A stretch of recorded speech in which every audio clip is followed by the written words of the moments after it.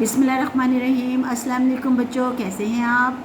आज हम इस्लामियत की बुक का लेक्चर चौथा पढ़ेंगे, बाब नंबर 2।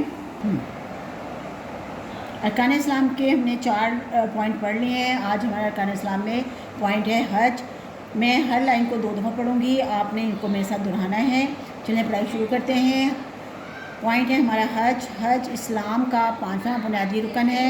हज इस्लाम का 5वां बुनियादी रुकन है। इस इबादत को ज़िलहज के महीने में अल्लाह ताला के घर खाना काबा में अदा किया जाता है।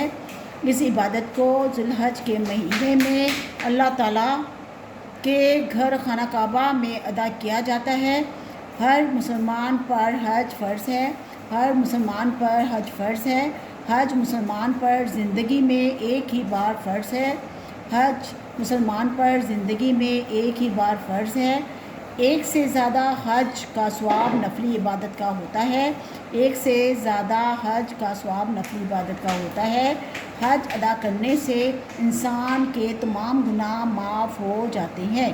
हज अदा करने से इंसान के तमाम गुनाह माफ़ हो जाते हैं।